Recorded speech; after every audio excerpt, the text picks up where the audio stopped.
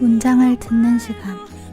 목요일 늦은 밤 DJ 빛나와 함께하는 지금은 문문한 시간입니다.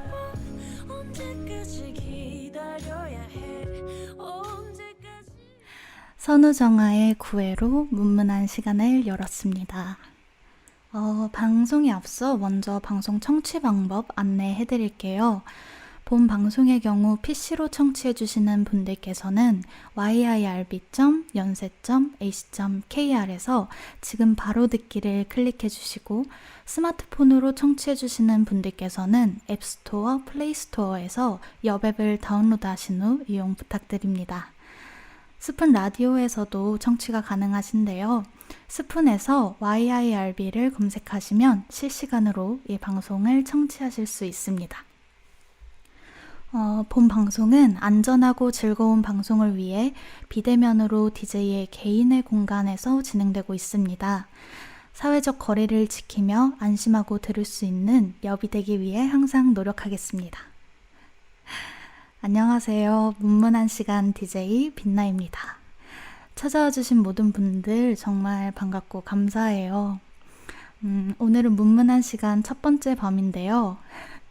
처음이라는 건 늘 설레지만 굉장히 두려운 그런 시간인 것 같습니다. 네, 지금 빈국이 진국님 그리고 콤콤한 콩님이 찾아와 주셨는데요. 네, 인사해 주셔서 정말 감사해요. 방금 말씀드린 것처럼 처음이 굉장히 떨리잖아요. 모든 것에 있어서. 근데 오늘은 제가 되게 다양한 부분에 있어서 처음입니다. 문문한 시간의 첫 방송이기도 하면서 제가 지금 엽을 3학기째 활동하고 있는데 처음으로 혼자 방송을 진행하게 되었어요. 네, 그 이전까지는 2명 또는 3명이서 방송을 진행했었는데 그때는 다른 DJ들이 의지도 많이 되고 사운드를 채우는 것도 사실 그렇게 큰 부담이 아니었거든요. 오늘 혼자 진행하는 첫 방송이다 보니까 굉장히 걱정이 됩니다. 그래서 제가 이야기를 하다가 중간에 좀 정적이 생겨도 처음이라 얘가 서툴구나 하고 조금만 이해해 주시면 감사하겠습니다. 방금 말씀드린 거 말고도 또 처음인 게 있어요. 방송 청취 방법 안내에서 눈치채셨을지 모르겠는데 저희가 그동안은 학교 안에 있는 옆 방에서 마련된 기기를 이용해서 방송을 송출했었는데요. 코로나가 다시 또 심각해졌잖아요. 굉장히 안타깝게도. 그래서 기존에 방송을 하던 방식대로 모든 시간 자유롭게 진행하는 게 어려워졌어요. 그래서 저희가 이번 학기에는 비대면 방송 방식을 한번 준비해 보았습니다. 영광스럽게도 제가 엽 안에서도 최초로 이렇게 비대면 방송을 송출하는 DJ가 되었네요. 네. 비대면 방식이다 보니까 저는 지금 제 개인의 공간, 제 자취방에서 저희 노트북을 이용해서 여러 가지 프로그램들을 깔고 이렇게 방송을 진행하고 있습니다. 제 노트북이 지금 견디기가 힘든가 봐요. 일을 너무 많이 해야 돼서. 팬이 아주 시끄럽게 돌아가고 있는데 혹시 팬 돌아가는 소리가 좀 들리더라도 양해 부탁드립니다. 그리고 또 한 가지 양해해 드릴 것은 제가 종종 층간소음으로 시달리고 있어요. 저희 집 위층에 사시는 분이 발소리가 굉장히 크실 때가 있는데 제 마이크가 성능이 너무 좋은 탓일까요? 제가 몇 번 테스트를 해보니까 위에서 쿵쿵거리면 그 소리도 같이 들어가더라고요. 그럴 때는 그냥 지금 빛나가 층간소음에 시달리고 있구나 하고 웃어주시면 감사하겠습니다. 콩콩한 콩님이 이번 방송은 무슨 주제인가요? 라고 해주셨는데요. 이따가 더 자세히 설명을 드리겠지만 문문한 시간이라는 이 방송은 문장에 대해서 이야기를 나누는 방송입니다. 네, 기대해 주시고요. 콩콩한 콩님이 아니라 곰곰한 콩님이네요. 곰곰한 콩님이랑 콩콩한 콩님은 다른 분이신가요, 혹시? 네. 빈국이 진국님이 빈국의 정적은 내가 다 처단할 테다 라고 해주시네요. 너무 든든합니다, 진짜. 네. 정적이 생기면 열심히 댓글로 제가 무슨 말이라도 할 수 있게 조금만 도와주세요. 네. 긴장이 정말 많이 됐었는데 여러분이 많이 들어주시고 또 이렇게 댓글 남겨주셔서 제가 조금씩 긴장을 풀고 있습니다. 저는 집에서 해서 사실 더 편할 줄 알았는데 확실히 처음 하는 방식이다 보니까 오히려 더 긴장이 많이 되네요. 제가 편하게 하려고 집에서 늘 입고 있는 할머니 원피스가 있어요. 제가 할머니 원피스라고 이름을 붙여줬는데 그 굉장히 시원한 재질의 꽃무늬 패턴이 있는 원피스를 입고 머리도 질끈 뒤로 묶고 가장 편한 자세로 지금 하고 있습니다. 여러분도 편안한 곳에서 편안한 마음으로 오늘 방송 끝까지 함께 해주시면 정말 감사할 것 같아요. 그럼 이제 이야기를 또 들어가야겠죠? 처음 얘기가 되게 길어졌네요. 오늘 첫 방송이니까 제 소개와 함께 문문한 시간에 대해 간단하게 이야기해 드리려고 해요. 제 DJ명은 앞에서도 말씀드린 것처럼 빛나라고 합니다. 제가 빛나라고 지은 이유는 제 본명이 빈으로 끝나요. 이 빈이 한자로 빛날 빈자를 써서 밝게 빛나는 사람이라는 뜻을 가지고 있습니다. 그래서 이 빛난다는 표현에 제 이름 끝글자를 이용해서 좀 언어 유희처럼 빛나는 해서 빛나라고 짓게 되었어요.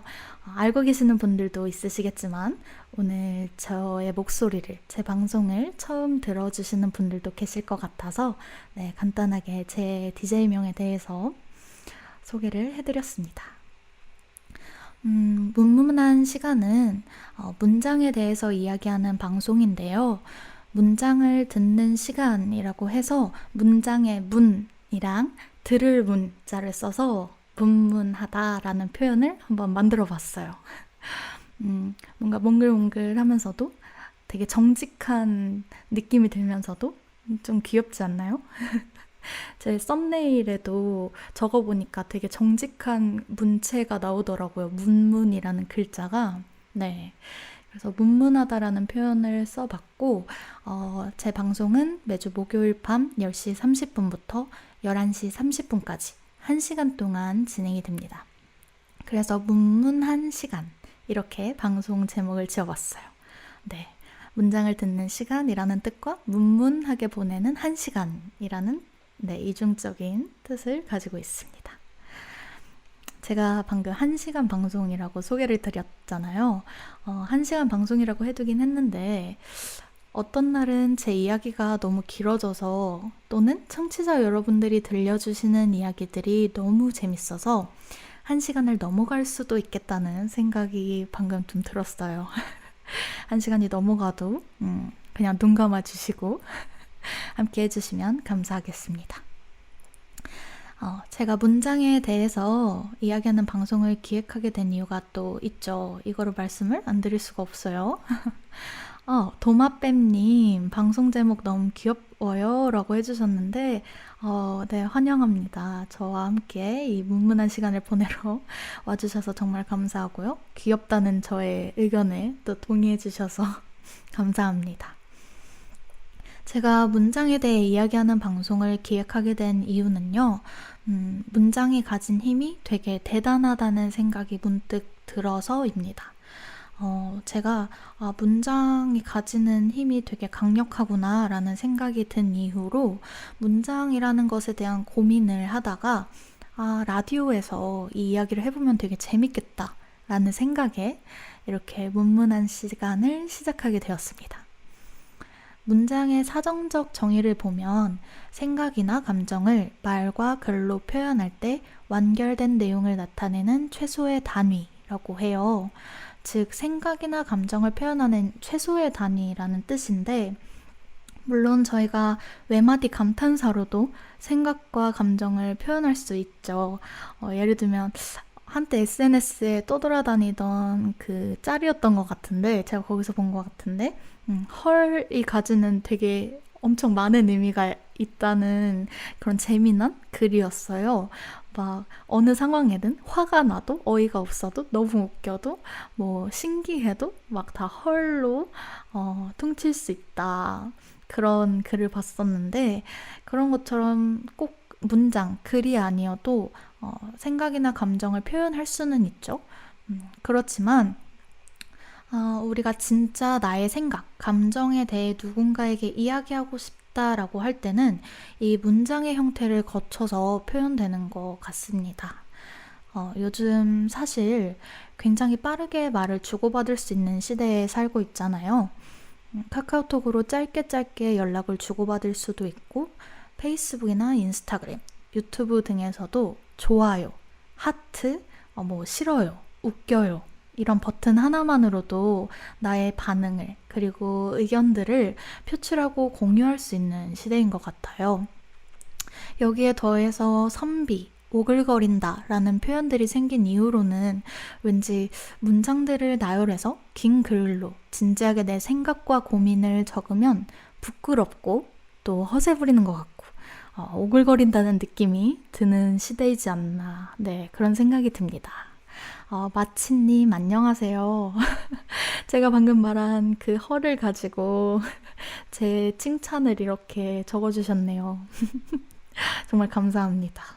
맞아요. 이렇게 헐로 다 표현을 할 수도 있기도 하죠. 그래서 아까 말씀드린 것처럼 그런 우리가 문장으로 내 생각을 표현하는데 되게 거부감이라고 할까요? 좀 어렵기도 하고 왠지 오글거리고, 네. 그런데 곰곰이 생각해보면 우리 곁에는 언제나 수많은 문장들이 있죠. 저도 오늘 하루 내뱉은 문장이 굉장히 많은 것 같아요. 사람들과 이야기할 때도 그렇고, 지금 이 순간 방송을 진행하면서도 제가 되게 많은 문장을 나열하고 있네요. 여러분들이 이제 댓글로 남겨주시는 것도 다 하나의 문장들이 되겠죠? 네. 그래서, 저에게 문장이 어떠한 것이냐라고 할 때, 제가 문장에 대해서 처음부터 이렇게 막 진지한 생각을 한 건 아니에요, 물론.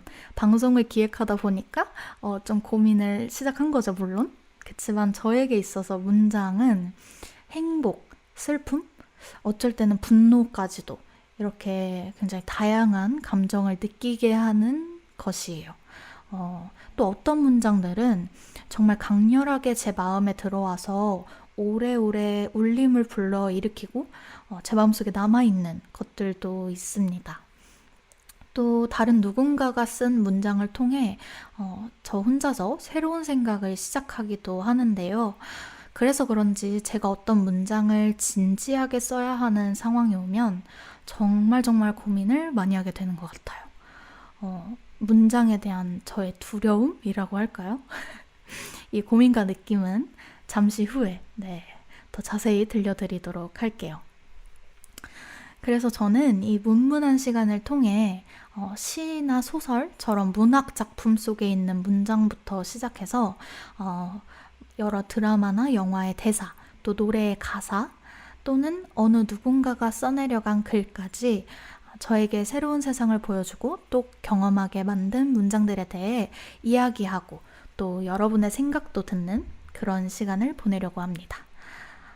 우동사리님께서 맞아요. 깊게 훅 들어오는 문장이 있어요. 라고 해주셨는데요. 그쵸. 누구에게나 사실 살면서 와, 이 글, 이 문장이 되게 강렬하다라는 느낌을 받은 적이 있으실 거예요. 그거를 접하게 된 부분은 뭐 다 다를 수 있지만 네, 곰곰이 생각해보면 우리는 참 많은 문장들의 감동을 받고 여러 감정을 느끼는 순간들이 있지 않았나, 네, 그런 생각이 듭니다. 제 방송은 앞으로 목요일 밤마다 이루어질 텐데요. 뭔가 개인적으로는 이 문문한 시간을 통해서 저도 좀 성장하고 되게 한편으론 재미를 느끼고 할 것 같아서 기대가 많이 됩니다. 그러면 이쯤에서 노래를 한 곡 더 듣고 오려고 하는데요. 저는 노래를 들을 때 가사에 되게 집중하면서 듣는 편이에요. 그런 저에게 가사로 굉장히 큰 울림을 줬던 노래 한 곡을 듣고 다음 이야기로 넘어가도록 할게요. 심규선의 오피리아 듣고 오겠습니다. 네, 문장을 듣는 시간. 지금은 DJ 빛나와 함께하는 문문한 시간입니다. 심규선의 오피리아 듣고 오셨는데요.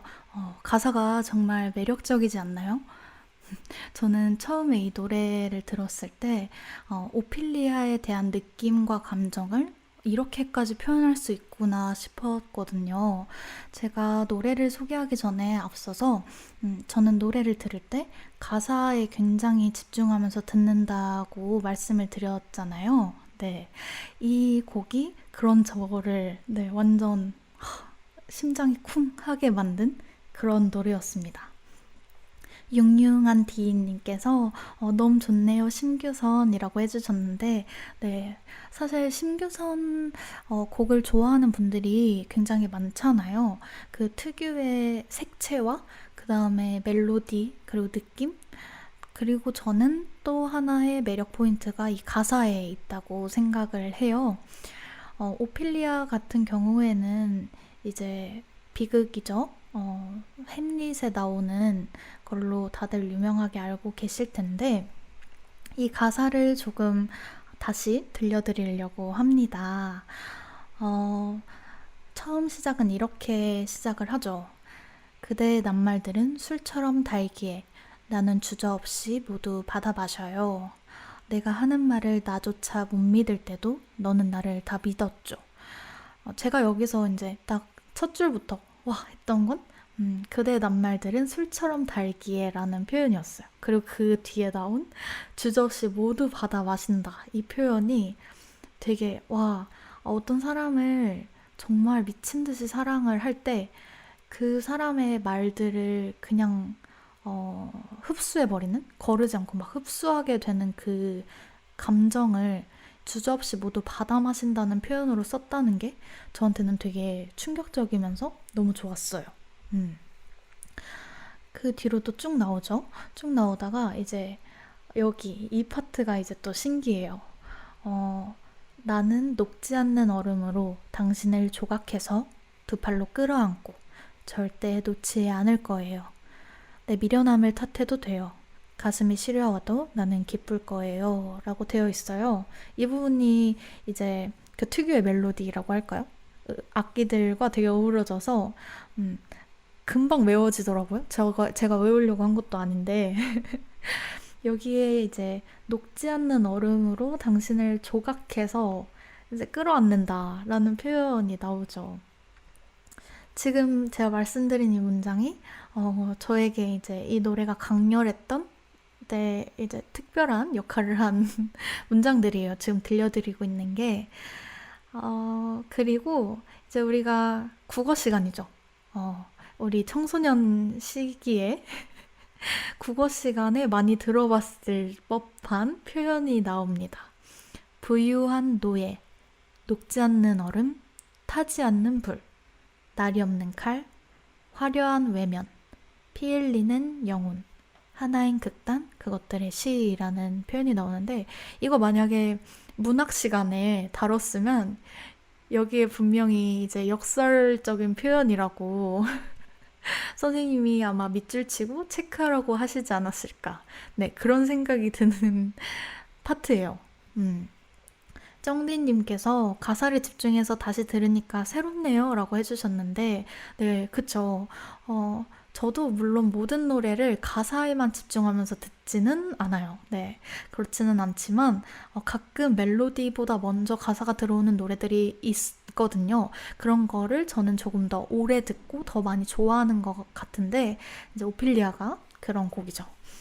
제가 이제 역설법 얘기를 하니까 융융한디님과 빙구이 진공님이 막 웃어주시는데 그쵸? 이 부분 나왔으면 이제 100%입니다. 문학 선생님이 자 이거는 역설법이다 하면서 이제 체크하라고 그러셨을 거예요. 네. 여러분도 혹시 가사가 굉장히 매력적으로 다가왔던 노래가 있으신가요? 갑자기 되게 궁금해지네요. 여러분들의 가사가 강렬했던 음악은 무엇이 있을지, 또 제가 처음 듣는 곡이면은 저도 한번 플레이리스트에 넣어서 오늘 밤에 듣고 자볼까 합니다. 제가 최근에 친구들과 함께 한 독서 모임에서 되게 인상 깊었던 말이 있어요. 언어는 나의 생각의 한계다 라는 말이었는데, 내가 느끼는 게 굉장히 많고 또 생각이 깊고 넓어도 이걸 언어로 표현하지 못하면 그게 끝이다 라는 말인데, 여기서 언어는 물론 글 말고도 음악, 몸짓, 이미지 등 다양하게 있을 수 있겠죠?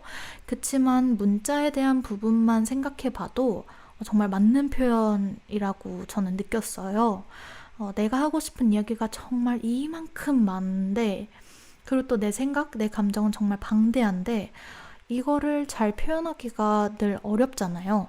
충분하지 않아서 아쉬운 마음이 들기도 하고, 또 한편으로는 왜 이렇게밖에 표현을 못할까 하면서 답답한 적도 굉장히 많았습니다.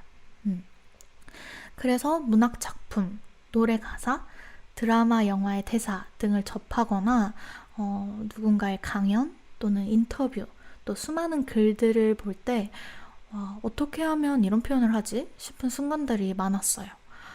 그런 순간들을 그리고 저의 문장, 그리고 여러분의 문장을 이야기하는 시간들을 보내고 싶네요. 빈국이 진국님께서 패닉 눈 녹듯 정말 좋다고 해주셨네요. 패닉 시절 노래가 다 가사들이 진국이라고 해주셨는데 오늘 밤에 한번 들어봐야겠네요. 용용한디님이 패닉의 눈 녹듯을 이제 추천해 주셨고, 빈국이 진국님도 그 노래를 잘 알고 계신가 봐요. 너무 좋다고 해주셨는데 저는 사실 처음 들어요, 지금.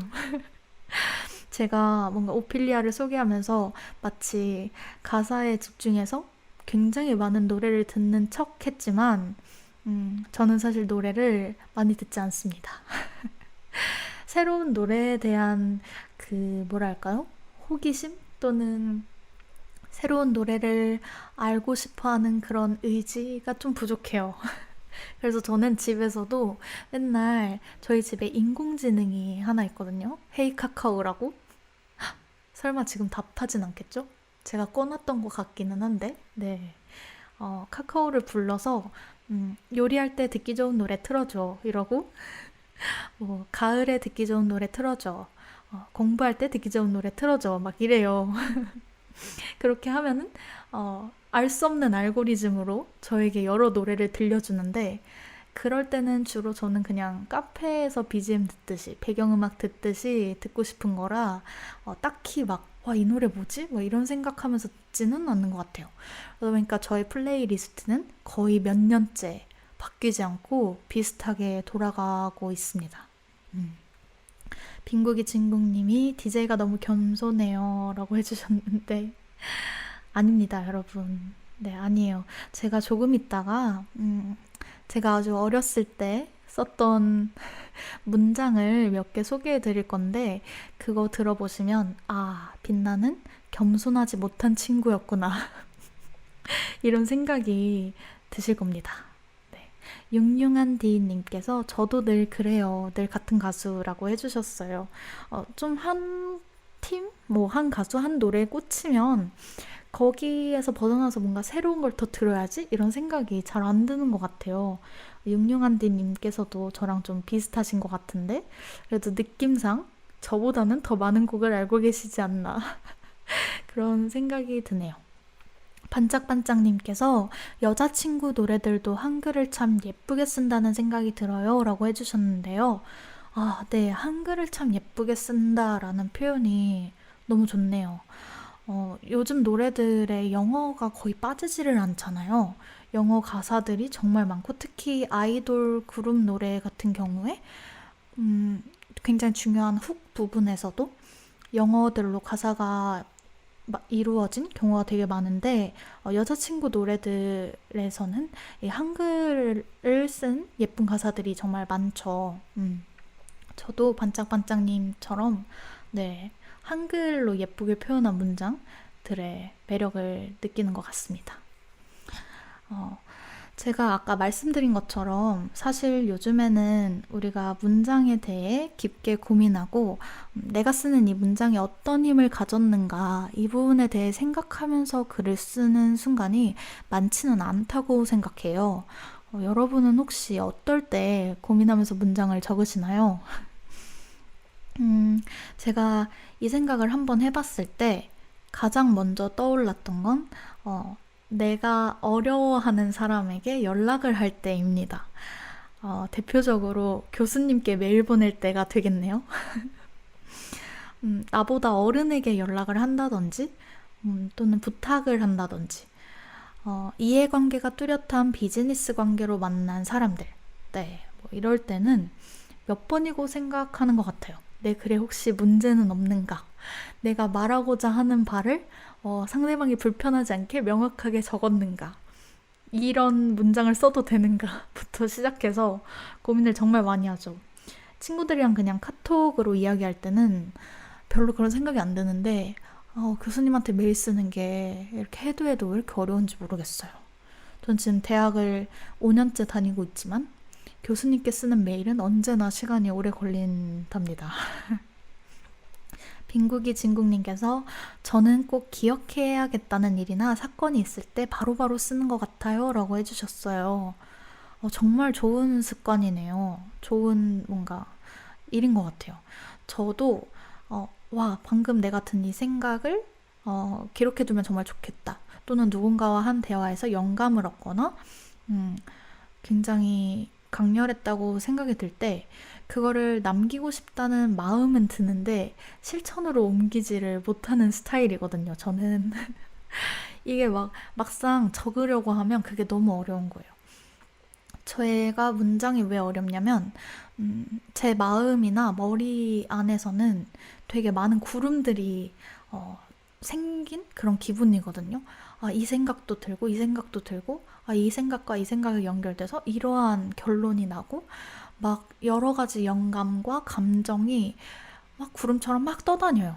엄청 떠다니는데 이제 그런 상황에서 이걸 내가 정리해서 글로 남겨야지 하는 순간 저한테 숙제가 되는 거죠. 이 아주 산발적으로 떠 있는 구름들을 어떻게 잡아서 엮어서 글자로 표현할 것인가. 그 과정이 너무 힘든 거예요. 그래서 결국 기록을 안 해주고 나중에 후회하는 경우가 좀 많았던 것 같아요. 빈국이 진국님이 전 교수님 메일은 항상 양식 하나 가지고 돌렸어요 라고 해주셨는데 정말 좋은 방법이에요. 양식, 그쵸. 보통 이제 인사말로 시작을 해서 다름이 아니라 하면서 저는 좀 그렇게 시작하는 것 같네요. 네. 반짝반짝님께서 SNS 올리기 전에도 불특정 다수에게 공개되다 보니 항상 몇 번씩 검토하게 되는 것 같아요. 했더니 또 용용한 딘님께서도 똑같은 이야기를 해주셨네요. 맞아요. SNS라는 공간에 제가 그렇게 느낀 건지는 모르겠지만 개인의 공간이라고 생각하다 보니까 사람들이 그래도 조금 용기를 가지고 글을 써서 자신의 생각이나 감정을 공유하는 데 많이 활용한다고 저는 생각을 해요. 근데 이게 사람이 원래 자기 자신에게보다 남에게 좀 엄격하잖아요. 그러다 보니까 다른 사람의 글을 보고 약간 글이 좀 이상하네? 라던가 아니면은 왜 이렇게 오글거리지? 또는 약간 허세 부리네? 제가 앞에 얘기했던 것들. 네. 그런 반응을 좀 쉽게 하지 않나? 라는 생각이 들어서 안타까운데 또 그러다 보니까 내가 쓸 때도 혹시 다른 사람들이 보고 이상하게 생각하면 어떡하지? 다른 사람들이 보고 뭔가 틀린 말이 있거나 어색하면 어떡하지? 라는 생각이 들어서 굉장히 신중을 기해서 쓰게 되지 않나. 네, 그런 생각이 드네요. 또 사소하지만 중요한 거죠. 맞춤법도 신경 쓰이잖아요. 내가 틀리게 쓰진 않았는지 몇 번이고 확인을 하는 것 같아요. 저의 이런 아까 말씀드린 구름처럼 막 떠 있는 생각을 정리하는 게 되게 어렵다는 말에 공감해 주시면서, 어, 아이폰 메모장에 막 휘갈겼을 때가 많아요 라고 남겨주셨는데요. 네, 메모장 좋죠. 그래서 저도 아이폰 메모장에 되게 뜬금없는 막 몇 줄 안 되는 글이 막 여러 개 있어요, 아직도. 그걸 언제 쓰게 될진 모르겠지만.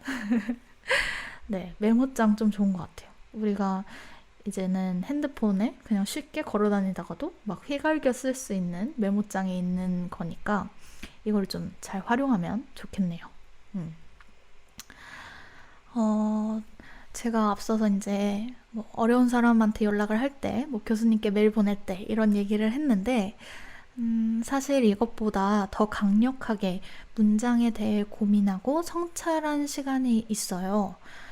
이 방송을 듣고 계신 분들이 거의 모두 경험해봤지 않나 라는 네, 생각이 드는 순간인데요. 바로 자기소개서를 쓰는 시간입니다. 지원서라던가 자기소개 같은 것을 쓸 때 정말 고민이 많이 되죠.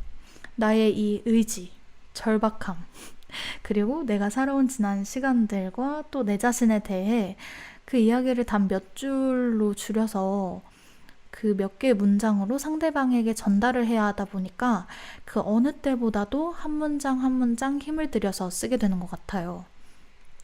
제가 지금 대학 생활을 5년째 하고 있는데 대학에 와서도 이런 지원서를 쓸 일이 되게 많았어요.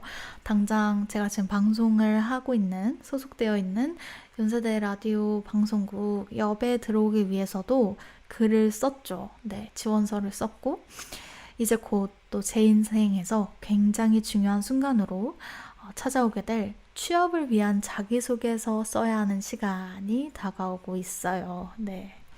도마뱀님이 정말 자소서 쓸 때는 머리털이 빠지는 기분이에요 라고 해주셨는데 맞아요. 아무래도 나에 대해서 그리고 내 인생에 대해서 이야기를 해야 되는 거다 보니까 다른 어떤 주제보다도 글을 쓸 때 더 어렵고 고민이 많이 되는 것 같습니다. 제가 태어나서 가장 깊게 고민하면서 글을 쓴 건 아무래도 대학을 위한, 네, 대학에 들어오기 위해 썼던 대입 자소서인 것 같습니다. 19살에 정말 부끄럽지만, 네, 19살에 저는 제가 글을 잘 쓴다고 생각을 했어요. 네. 제가 조금 있다가 제 자기소개서 문장 몇 개를 들려드릴 거라서 지금 이 말을 하는 것도 너무 부끄럽지만요. 글을 잘 쓴다고 아주 착각을 했죠. 오만방자하게.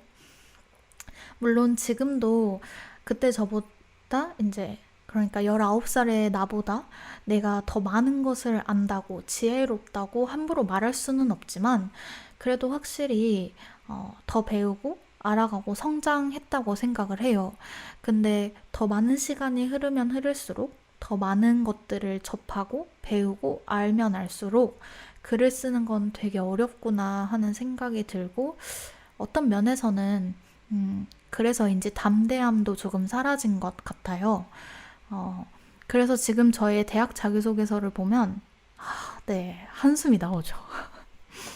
되게 부끄럽고 와, 내가 자기소개서를 잘 써서 대학에 들어온 건 아니구나.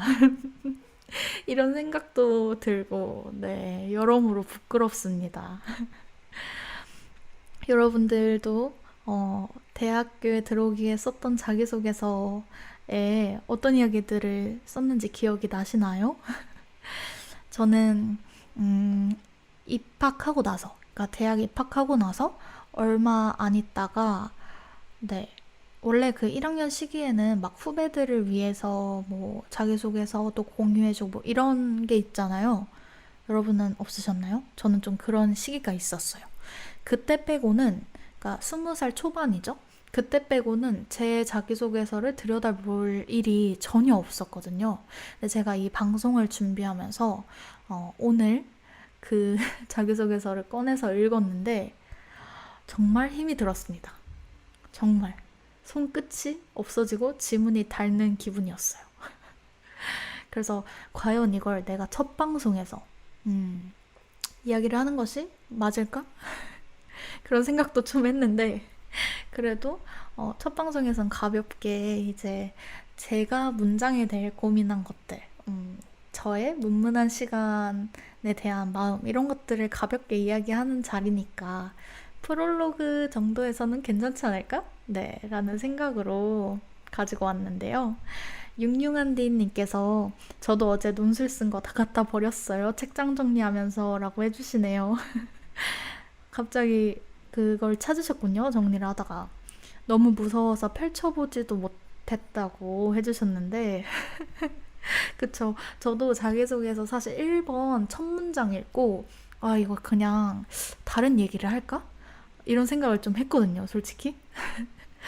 근데 제가 프롤로그이기 때문에 가벼운 이야기를 하려고 다른 문장들 소개할 걸 정리를 안 해놨어요. 그래가지고 어쩔 수 없이 들고 왔답니다. 너무 비웃지는 말아주세요. 정말 웃기지만 제가 얼마나 글을 못 썼는지 자기 성찰도 좀 할 겸 제가 대학에 들어오기 위해서 썼던 자기소개서에 적은 문장들 중에 몇 가지를 들고 왔습니다.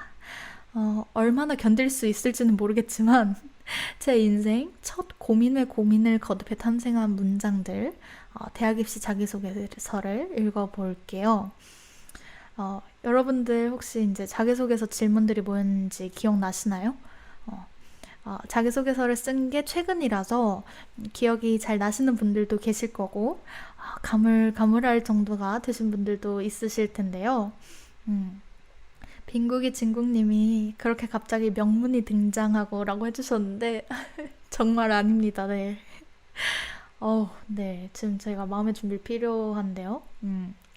자, 1번 질문은요. 고등학교 재학 기간 중 학업에 기울인 노력과 학습 경험에 대해 배우고 느낀 점을 중심으로 기술하시오 라는 질문이에요. 네, 첫 번째부터 학업에 대해서 물어보죠. 근데 제가 이때 이런 게 유행이었나 봐요. 제목을 달았어요. 네. 그러니까 그 문단별로 소제목을 단 거죠. 1번 질문에 대한 저의 제목은 제목부터 정말 어린 느낌이 팍팍 납니다. 너무 놀라시면 안 돼요. 네. 제목을 이렇게 썼어요.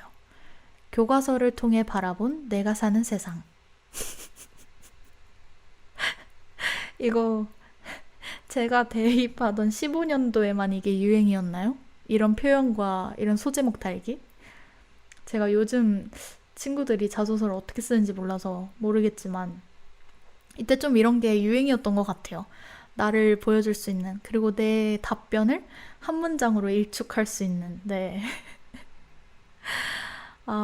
주디님께서 명문이네요라고 해주셨는데 감사합니다. 교과서를 통해 바라본 내가 사는 세상. 네. 교과서를 통해서 제가 뭘 바라봤을까요? 원래 자소서는 앞에 몇 줄로 시선을 사로잡아야 한다고 하잖아요. 저의 첫 문단입니다. 배우고 알아가려 노력하다 보면 그 과정에서 얻는 깨달음이 저를 성숙하게 만들었습니다. 그래서 저는 항상 배우고 노력하는 사람이 되고 싶었습니다. 고등학교 생활을 하면서 지켜온 그 자세는 저에게 미디어를 통한 공연 문화 활성화라는 소중한 꿈을 선물해 주었습니다. 어떠신가요? 네.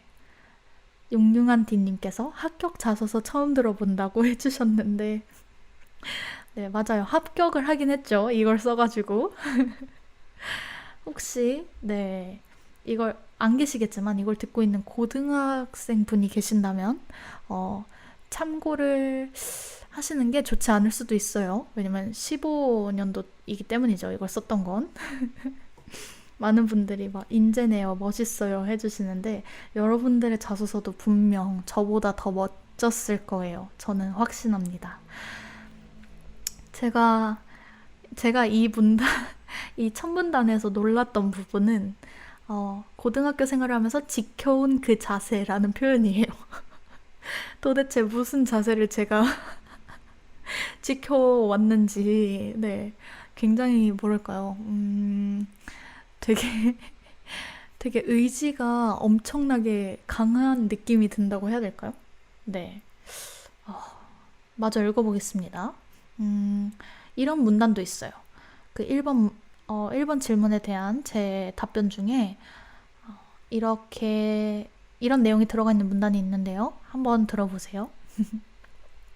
특히 정보사회에서 미디어의 영향력에 대해 관심을 가지고 공부한 저는 미디어를 활용한 공연문화 활성화로 공연문화 접근성에 있어서 지역 격차를 줄일 수 있겠다는 생각을 하였습니다. 학교 수업을 통해 얻을 수 있었던 사회에서 미디어의 역할을 바탕으로 공연을 영상에 효과적으로 담아내는 방법을 배우기 위해 미디어 스쿨 참여와 커뮤니케이션 영상 동아리 활동을 하면서 능력을 키워나갔습니다. 저의 이 꿈을 제가 대학 입학하고 나서 잊어버리지 않고 열심히 지키고 성장시켰으면 지금쯤 굉장히 뭐랄까요? 크게 되어 있지 않을까? 큰 사람이 되었을 것 같다는 생각이 드네요. 왜냐면 영상 공연 예술이라고 제가 해놨는데 요즘 언택트라고 하죠. 요즘 같은 언택트 시대에 굉장히 적절한 목표이지 않았나 라는 생각이 드네요. 19살에 저는 이런 꿈을 꿨었네요. 정말 아쉽게도 저는 대학에 들어와서 이 꿈을 본체 만채 잊어버리고 그래서 지금 이 코로나로 인해 공연계가 굉장히 어려워진 이 시기에 영상 공연 예술로 뭔가 큰 보탬이 되는 사람이 안타깝게도 되지는 못했습니다. 네, 되지는 못했지만 지금이라도 제가 이렇게 네, 지금 주디님이 말씀해 주신 것처럼 선구안을 가지고 목표가 뚜렷했던 아이구나. 네. 그런 걸 느끼면서 좀 힘을 얻는 것 같아요. 앞으로 어떻게 나아가야 될지. 빈국이 진국님께서 빛나 엄청 성실했을 것 같은데 이라고 해주시는데 저는 귀찮은 것도 많고 되게 게으르지만 그래도 모든 면에 있어서 좀 성실하려고 노력한 사람인 것 같아요. 근데 이게 뭐랄까요? 고등학생 때는 주변에서 정해진 것도 많고 사실 규칙에 따라 또 해야 되는 일에 따라서 하는 것들이 많았는데 굉장히 자유로워진 성인이 되고 나서는 그 성실하려는 노력마저 좀 옅어진 게 아닐까라는 생각이 들어서 네, 굉장히 좀 씁쓸합니다. 그치만 전 아직 어리니까요. 그쵸? 여러분 모두 다 어리고 저도 어리잖아요. 앞으로 더 노력하면 되겠죠. 자소서 4번 질문은 학교별로 다른데 다 기억나시나요? 제가 대입을 준비할 때 연세대학교의 질문은 이거였습니다. 고등학교 재학 기간 중 진로 선택을 위해 노력한 과정 또는 개인적인 어려움이나 좌절을 극복한 과정을 사례를 들어 구체적으로 기술해 주시기 바랍니다. 라는 질문이었는데요. 여기에 글쎄 제가 엄청난 명언을 남겨놨네요. 어떤 명언이냐면요. 꿈이 좌절됐다고 생각한 저는 학습에 대한 흥미나 의지가 사라졌고 목표도 없이 학교 생활을 했습니다. 하지만 시간은 방황하는 저를 기다려주지 않았습니다. 진짜 와, 이 문장들도 제가 굉장히 고민하면서 쓴 거란 말이죠. 몇 달 동안. 그래서 그런지 힘이 너무 들어가 있네요. 너무 강렬해요. 정말 열정적인 19살의 빛나입니다.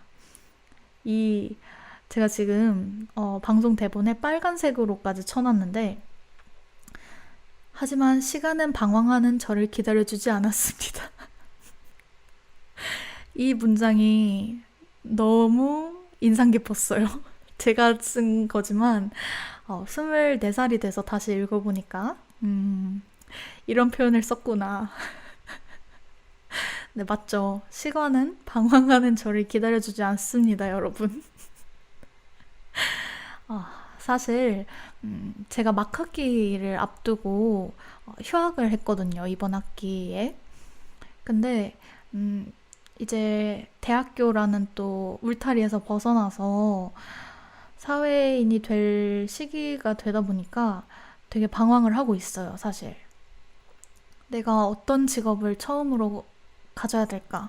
어느 곳에서 어떤 일을 해야 할까라는 고민 때문에 막 엄청 방황하는데, 그래도 저는 또 휴학의 단점이라고 할까요? 휴학의 어떤 위험한 요소죠. 시간이 되게 많다는 착각을 준다는 거. 시간이 되게 많으니까 괜찮아. 여유로워. 라면서 시간을 좀 흥청망청 쓰게 됐는데, 제가 이제 19살의 저에게 뼈를 맞았습니다. 빈국이 진국님이 저 갑자기 뼈 맞아서 얼른 취준하러 가야 할 것 같아요 라고 해주셨는데, 저도 똑같은 마음이 들었어요. 19살의 나는 시간은 방황하는 저를 기다려주지 않습니다 라는 문장을 남기는 아이구나. 네. 참, 자기소개서를 쓸 때는, 모든, 뭐랄까요, 나를 이루고 있는 기질, 성격적인 면에서 좋은 부분을 막 극대화시켜서 뭔가 에너자이저처럼 내달리는 시기가 아닌가. 그런 생각이 좀 드네요. 네. 어, 또 이런 문장도 있어요. 4번 질문에 대해서. 가장 큰 어려움과 좌절은 자기 자신으로부터. 제가 이거를 잘 읽어드려야 되는데 제가 너무 웃겨가지고 이걸 첫 문장부터 웃음이 터지네요. 다시 읽어드리겠습니다. 가장 큰 어려움과 좌절은 자기 자신으로부터 오는 것이라고 생각합니다. 저는 제 자신이 무너지고 의지가 약해질 때마다 꿈과 도전으로 극복할 수 있었습니다. 가족을 위해 시작한 노력들은 이제 제 꿈을 위한 노력이 되었습니다. 연세대학교 언론홍보 영상학과는 저의 노력에 날개를 달아줄 것입니다. 제 등 뒤에 날개가 보이시나요, 여러분? 저는 연세대학교 언론홍보 영상학과라는 날개를 얻어서 아직 날아가지는 못했지만 날기 위해 노력하고 있답니다. 와, 정말 문장 하나하나가 굉장히 부끄러운데 그래도 평가하시는 분들 눈에는 19살의 의지 많은 이런 제 글이 얼마나 귀여웠을까 그런 생각이 좀 드네요. 주디님이 와 날개 저도 달 수 있나요? 라고 해주셨는데 여러분 모두 지금 달고 계십니다. 네. 날개를 달아줄 것입니다 라는 표현을 쓰다니 충격적이네요. 빈국이 진국님께서 어쩐지 빛나 볼 때마다 머리 위에 링이 보이더라니.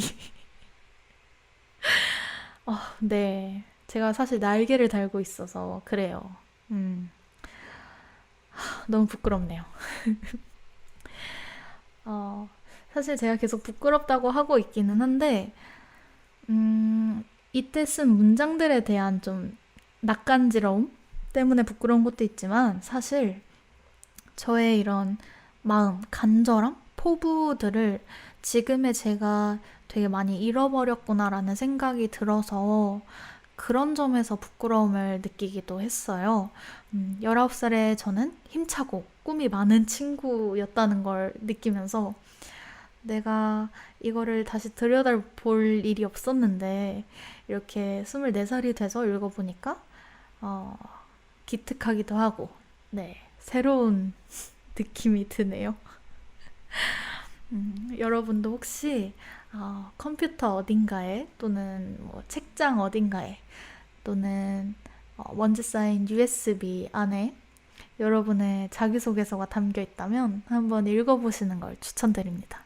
네, 사실 좀 힘들긴 하지만 읽고 나면 내가 되게 이렇게 간절했구나. 내가 되게 열정적이고 목표가 있고 꿈이 있는 아이였구나 라는 생각도 들고 또 한편으로는 내가 좀 성장했다 그래도 그런 생각이 드는 것 같기도 해요. 네,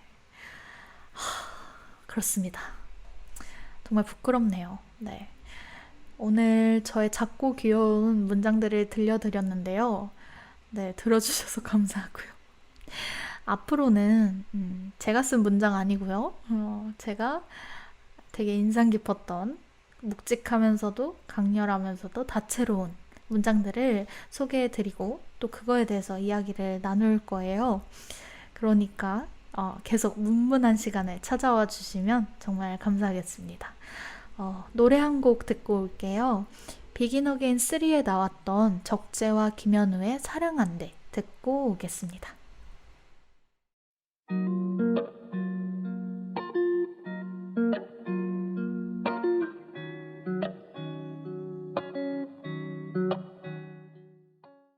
적재 김현우의 사랑한대 듣고 오셨습니다. 노래가 나오는 동안 많은 분들이 노래를 되게 좋다고 해주셨는데요. 이 곡은 본래는 적재의 곡인데요. 비긴 어게인 3에서 적재가 기타를 치고 김현우 씨가 노래를 하면서 그 버전도 이제 올라와 있어요.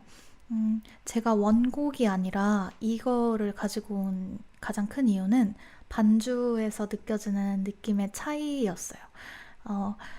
앞서 말씀드렸듯이 이 곡도 저에게 선택받은 제가 선택한 가장 큰 이유는 가사인데요. 같은 가사가 반복되는 형식을 띠고 있음에도 불구하고 이 가사가 너무 좋은 거예요. 사랑하는 사람이 나를 굉장히 사랑하는 사람이 나한테 사랑한다고 말하는 그 모습을 표현한 문장들이 너무 예쁜데 제가 처음에 이 가사를 봤을 때 느꼈던 그런 느낌이라고 해야 될까요? 그 색채를 담고 있는 반주는 사실 원곡보다는 이 비긴 어게인 버전이 더 가까웠어요. 네, 그래서 이 기타 소리, 일렉 기타 소리와 함께 김현우 씨의 목소리가 굉장히 매력적으로 어우러져서 이 곡을 여러분에게 소개하려고 들고 왔습니다. 이 사랑한대 가사를 조금 읊어드리려고 해요. 한번 다시 가사가 어땠는지 들어보시면 좋을 것 같아요. 그대 나의 손을 잡고 같이 길을 걸으며 날 사랑한대. 내가 무너져 갈 때도 나와 눈을 맞추고는 날 사랑한대. 날 사랑한대. 날 사랑한대. 그대 나의 손을 잡고 기분 좋은 노래를 흥얼거리듯 날 사랑한대. 꼭 한 번씩 내 마음 변할 때도 어디로 가야 하는지 잘 모를 때도 그대는 날 사랑한대. 네. 너무 예쁘지 않나요, 여러분? 저 막 읽어놓고서 호들갑 떨고 싶은 지금은 약간 그런 느낌이에요. 노래 가사가 원래 노래로 들을 때는 안 그런데 그냥 가사만 읽으면 좀 오글거리잖아요. 제가 방금 읽어드린 게 좀 오글거리게 느껴졌을 수는 있지만 저는 이 표현들이 정말 가슴이 너무 따뜻해지는 그런 느낌입니다. 되게 일상적이면서도 너무 사랑스럽잖아요. 같이 길을 걸으면서 사랑한다고 하고 내가 무너져 갈 때도 나와 눈을 맞추고는 사랑한대. 기분 좋은 노래를 흥얼거리듯 날 사랑한대. 내가 어디로 가야 할지 모를 때도 사랑한대. 와, 정말 너무 좋은 것 같아요. 근데 제가 이 곡을 딱 들은 게, 이 곡을 접한 게 사실 여기 이 가사에 나오는 것처럼 이렇게 정말 이런 느낌이 들게끔 저한테 사랑한다고 해주는 사람을 만난 다음이었어요. 네, 그래서 그러고 나서 들으니까 진짜 갑자기 막 제 마음에 확 꽂히는 거예요. 이 표현들이. 그 사람이 그 사람들이 나한테 사랑한다고 할 때 그 사랑을 받는 느낌을 뭔가 굉장히 크게 느끼면서도 표현할 줄 몰랐었는데 어느 정도로 느껴지는지 이 가사가 제가 그때 느꼈던 그 사랑을 되게 담담하면서도 담백하게 잘 표현을 해준 것 같아서 굉장히 좋아합니다. 개인적으로. 빈국이 진국님께서 빛나 목소리로 들으니 하나도 안 오글거려요 라고 해주셨어요. 정말 감사합니다. 제가 좀 자신감을 가지고 앞으로 문문한 시간에서 이렇게 몇 가지 문장들을 낭독하는 시간을 가지려고 해요. 근데 오글거리면 어떡하지? 이런 걱정이 좀 있었는데 오늘 빈국이 진국님께서 남겨주신 댓글 보면서 생각하면서 용기를 가지고 낭독해 보도록 하겠습니다. 다음 방송 주제는요. 아직 확정을 한 건 아니지만 아마도 드라마 미스터 선샤인 발음이 안 되네요. 미스터 선샤인에 나오는 대사들이 될 것 같습니다. 제가 최근에 미스터 선샤인을 정주행하고 있거든요. 제가 이번에 처음 보는 게 아니라 사실 한창 방영 중일 때 드라마를 봤었는데 어느 정도 보다가 이 드라마가 마음이 너무 힘든 거예요. 너무 슬프고 막 매화 매화 눈물이 너무 나가지고 제 마음이 정말 너무 힘들었어요. 그래서 사실 제가 이 말을 하면 미스터 선샤인을 본 분들이 되게 놀라시는데 제가 한 마지막 3화 정도를 남겨두고 그만 봤습니다. 사실 결말을 어차피 다 스포가 되잖아요. SNS나 뭐 기사, 인터넷 기사 등을 통해서. 그래서 결말을 알았는데 뭐 그것과 상관없이 그냥 제 마음이 너무 힘들어서 못 보겠는 거예요. 결말을. 뭐 스포당한 걸로 알고 나서도 차마 그 대사 하나하나로, 장면 하나하나로 그걸 마주하기가 너무 겁이 나서 안 봤어요. 네. 빈국이 진국님이 미스터 선샤인 완전 짱팬이었다고, 김은숙 작가 드라마 중에 최애였다고 말씀해 주셨는데요. 네. 저는 그래서 그때도 되게 좋았지만 너무 마음이 힘들어서 끝까지 안 봤던 그 3화를 다시 보려고 하다 보니까 아예 처음부터 다시 보고 싶은 거예요. 그 흐름을 따라가고 싶어서.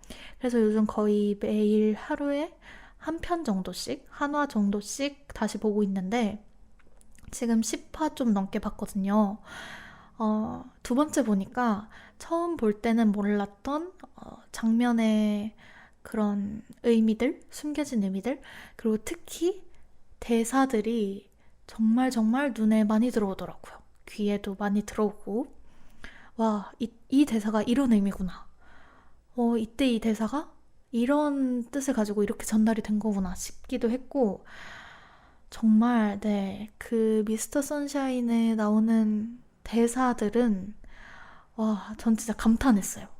김은숙 작가님이 너무너무 대단하게 느껴지고, 어떻게 얼마나 책을 읽고 얼마나 고민하고 얼마나 그런 영감이 있으시면 이런 표현을 쓰실 수 있지? 라는 생각이 들더라고요.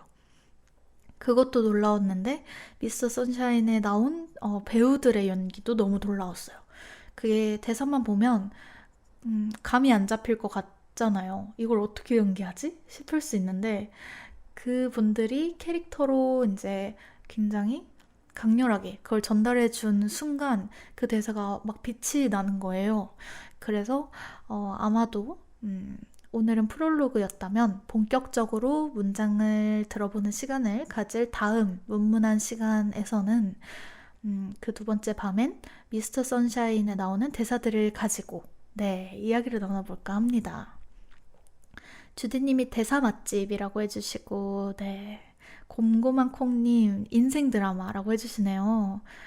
미스터 선샤인이 인생 드라마이신 분들이 꽤 많은 것 같아요. 한 문장 한 문장이 대충 넘기는 문장이 없는 느낌이라고 해주셨는데 정말 맞습니다. 모든 문장에 그 느낌이 있어요. 빈국이 진국님께서 김은숙표 개그 코드도 너무 좋아하신다고 피식피식하는 그것들 정말 맞죠. 네. 세상에 그게 정말 너무 웃기고 담백하게 웃겨요 또. 다음 주 목요일에 꼭 와야겠다고 해주시네요. 주디님은 또 저의 연기를 기대해 주신다고 하시는데 그 배우분들이 너무 명품 배우였어가지고 제가 읽으면 좀 큰일이 나지 않을까 하는 걱정도 있지만 열심히 준비해 보겠습니다.